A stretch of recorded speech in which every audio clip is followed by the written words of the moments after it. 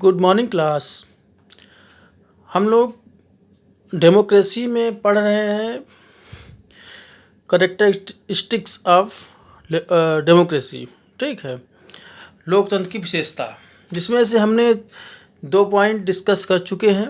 आज हम लोग तीसरा पॉइंट डिस्कस करेंगे, जिसका है क्या है वो, एक व्यक्ति एक वोट एक मोल।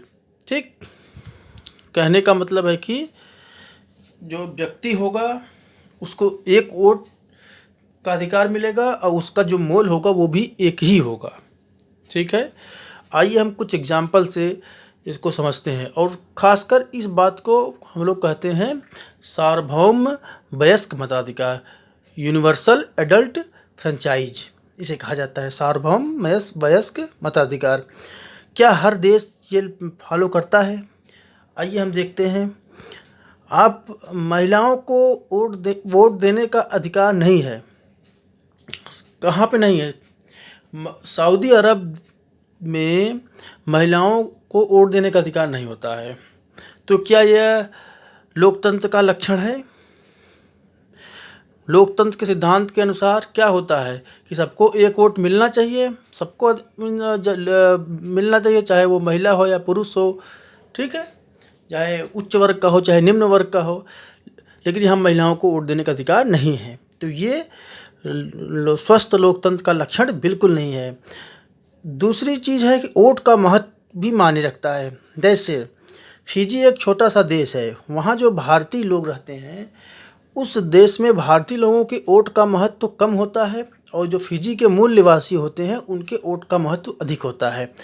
कहने का ये तात्पर्य है, अगर किसी भारतीय के वोट के वैल्यू अगर मान लो आप जो है 10 रुपये हैं, तो फिजी वाले व्यक्ति की वोट की वैल्यू होगी 50 रुपये। इतना अंतर है, वोट की मूल्य ज़्यादा होता है वहाँ पे नागरिकों के हिसाब से। ये भी स्वस्थ लोकतंत्र के लक्षण नहीं है।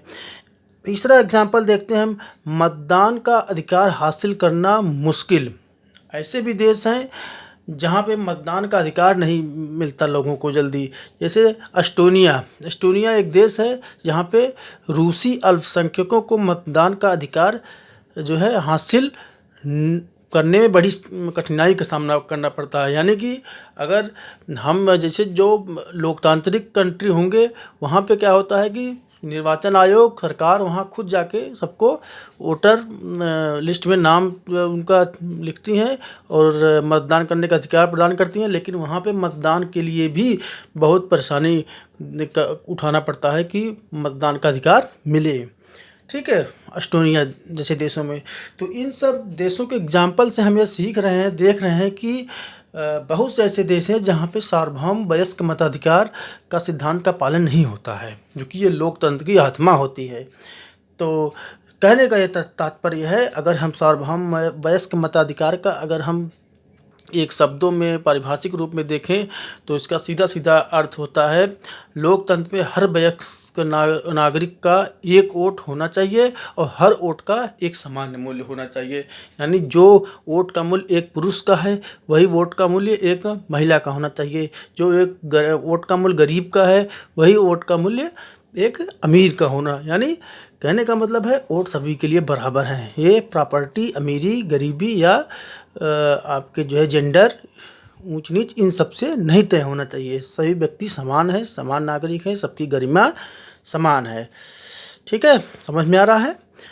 और उसके बाद हमने 2 और जो पॉइंट पीछे देखे थे उसमें था कि जो प्रमुख निर्वाचित फैसले होंगे वो निर्वाचित नेताओं के हाथ होंगे, यही हमने एक विशेषता देखी थी। सेकंड विशेषता हमने देखा था कि चुनाव निष्पक्ष होना चाहिए। ये थर्ड जो है आपका ये था सार्वभौमिक वयस्क मताधिकार। ये वाला समझ में आ गया। अब हम लोग नेक्स्ट लेक्चर में देखेंगे कानून का राज और अधिकारों का आदर। ठीक है, तो आप लोग घर पे स्टडी कीजिए, फिर जो ना समझ में आए वो पूछ सकते हैं। ठीक है, फिर बाद में हम लोग नेक्स्ट वीडियो अपलोड करेंगे। Thank you.